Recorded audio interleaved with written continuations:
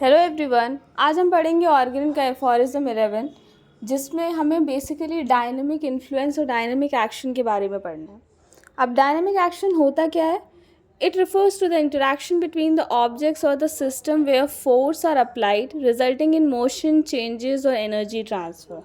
इसमें क्या होता है कि दो ऑब्जेक्ट्स के बीच में एक ऐसी फोर्स होती है या फिर कुछ भी एक्शन होता है जिसकी वजह से कुछ चेंजेस आते हैं, जैसे कि मोशन हो रहा है या फिर एनर्जी का ट्रांसफ़र हो रहा है। ये क्या होता है? डायनेमिक एक्शन होता है।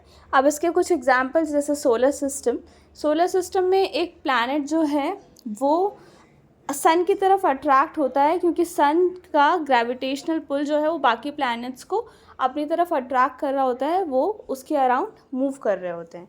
फिर आयरन और मैग्नेट का एक बहुत परफेक्ट एग्जांपल है डायनामिक एक्शन का।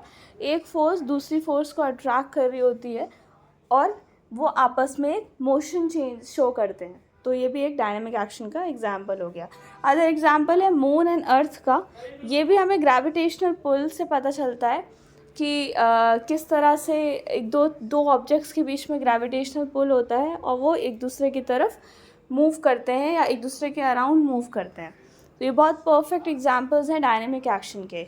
इसी तरह से हमने होम्योपैथी में मेडिसिन्स के बारे में पढ़ना है कि वाइटल फोर्स एक डायनेमिक फोर्स है। अब डायनेमिक फोर्स जो है उसके लिए हमें उसको ठीक करने के लिए मेडिसिन भी कैसे चाहिए होगी? डायनेमिक मेडिसिन चाहिए होगी, जिसका एक्शन जो है वो उसकी तरह से ही हो। अब हम अफोरिज्म पढ़ते हैं। When a person falls ill, it is the only his spiritual self-acting autocratic vital force everywhere present in his organism। अब क्या होता है कि एक ऑर्गेनिज्म अगर बीमार हो रहा है तो क्या डिरेंज हो रहा है? उसकी वाइटल फोर्स डिरेंज हो रही है। और क्या ही प्रॉब्लम हो सकती है? वाइटल फोर्स में ही प्रॉब्लम हो सकती है। वाइटल फोर्स के बारे में बात हो रही है तो यू शुड नो कि वो कैसी फोर्स है, उसकी क्या क्या पावर्स हैं और उसकी डेफिनेशन क्या है। वो एक डायनेमिक फोर्स है, हमें ये पता होना चाहिए।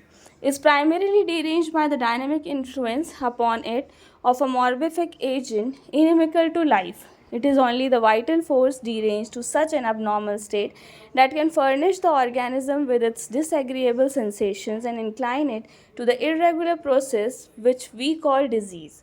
For as power invisible in itself and only cognizable by its effects on the organism, its morbid derangement only makes itself known by the manifestation of disease in the sensations and functions of those parts of the organism exposed to the senses of the observer and physicians.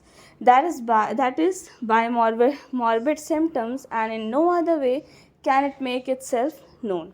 अब क्या है कि अगर कोई organism symptoms produce कर रहा है और वो डिजीज़ स्टेट में है तो उसकी डायनेमिक फोर्स, वाइटल फोर्स जो है वो डिरेंज हो चुकी है।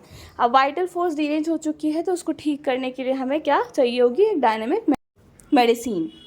Thank you so much, keep studying.